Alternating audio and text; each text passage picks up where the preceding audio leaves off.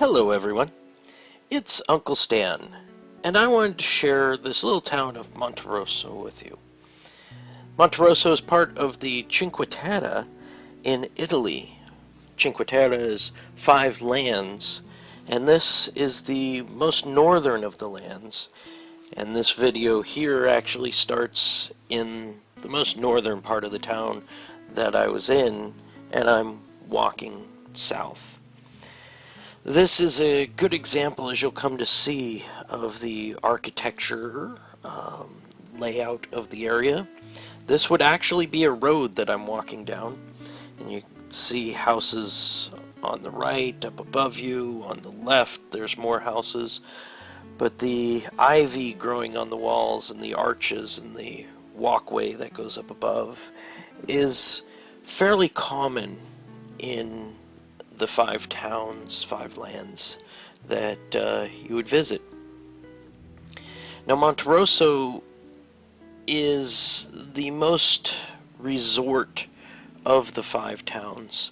You'll find quite a few accommodations to stay there, but you'll also find an amazing beach in itself, which I'll take a little time and walk down for you here. And this is a beach that you'll see as soon as you come off of the train and step down out of the train station. And it's very popular. This was very early in the week and work day, and you'll see that there are quite a few people on the beach. Weekends you'll find the area very packed, but weekdays are much more accessible. But it's just a beautiful area to walk and shop and stop and have lunch or dinner, and just very calming. So I wanted to share this area with you. If this isn't on your to-do list to visit the Cinque Terre, it should be. I'm gonna leave you for a moment to just enjoy the walk down the promenade that they have there, and I'll come back in a moment and share some more with you.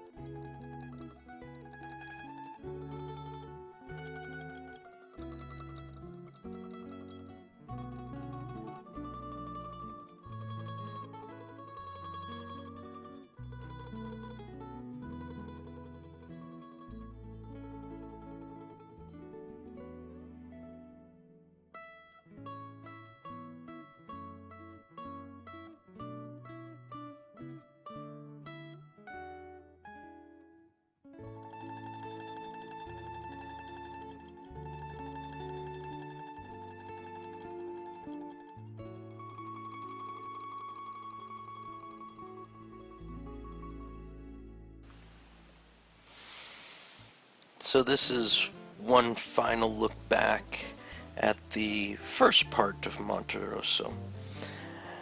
Now, there is a tunnel that goes through, or this walkway that goes around, and it allows you to view the second part of the city. Now, this is more beach, but also this is more of where the actual city of Monterosso is at.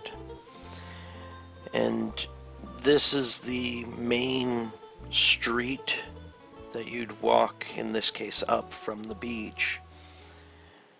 And you can see there still are some crowds and some car traffic, but the car traffic is because that there is a open air market down by the water. This is one of the churches that we visited, and it is on a side walkway, and it's just a beautiful little church. But the thing that fascinated me the most with this church was there was this ship just suspended in the very middle of the church.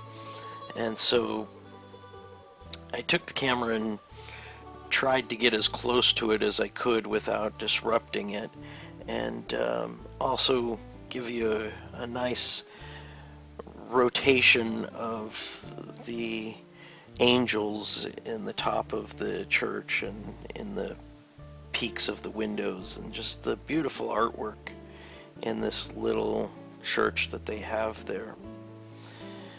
Also, as I'm walking around, there's various other artwork, and these are some fish that are ceramic pieces that are inlaid with the rocks of a wall that held back a tomato garden. And just nice sitting areas there. And so we continue back through the main road here, and these are some of the arches that you'd see, and the bright vivid colors of the different houses and storefronts just made it such a quaint area, as well as this is one of the many statues that we came across throughout our exploration of the little alleys and walkways. And I thought I'd walk down some of these alleys and walkways, but I recorded in high speed so you could see them. And when I get to the end of the street here, we're going to jump ahead to the outside of town, and this is the far south end of town, on the beginning of a trail that connects the 5 towns together.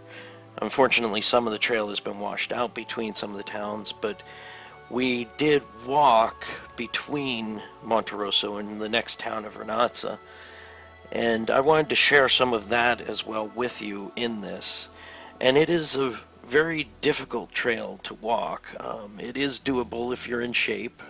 I am not quite in shape, and so I wanted to share with you some of the steps and walkways, and here in a moment I'll actually stop talking and allow you to hear me breathing heavy and show you one of the surprises that we found along the trail.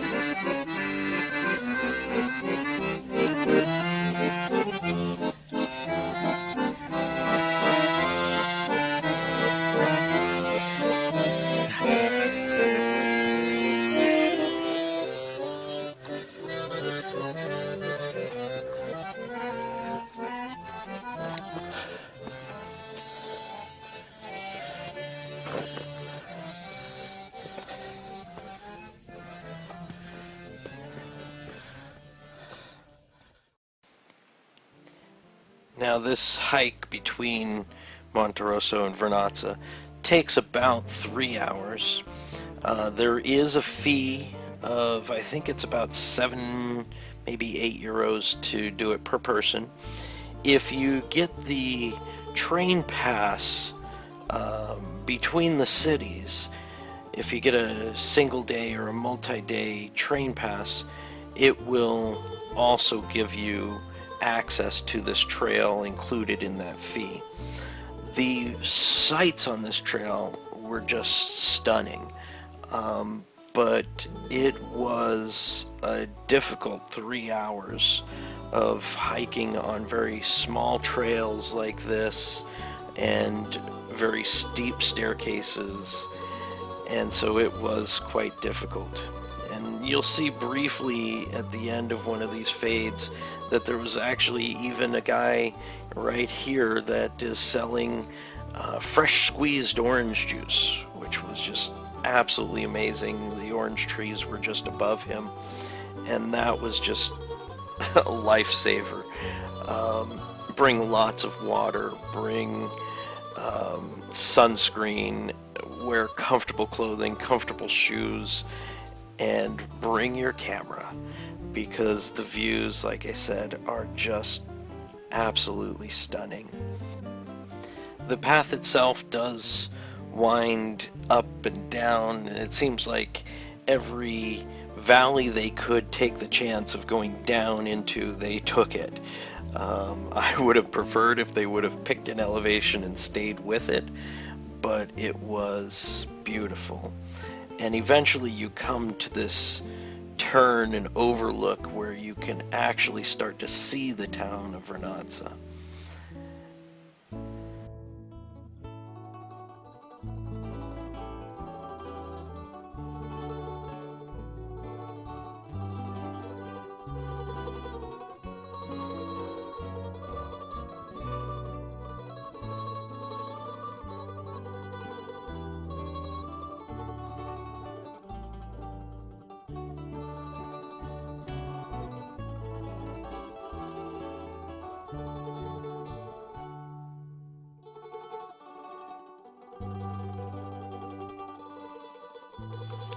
As you're hiking in, you'll start to see more houses on either side and vineyards, and it's just very calming and exciting.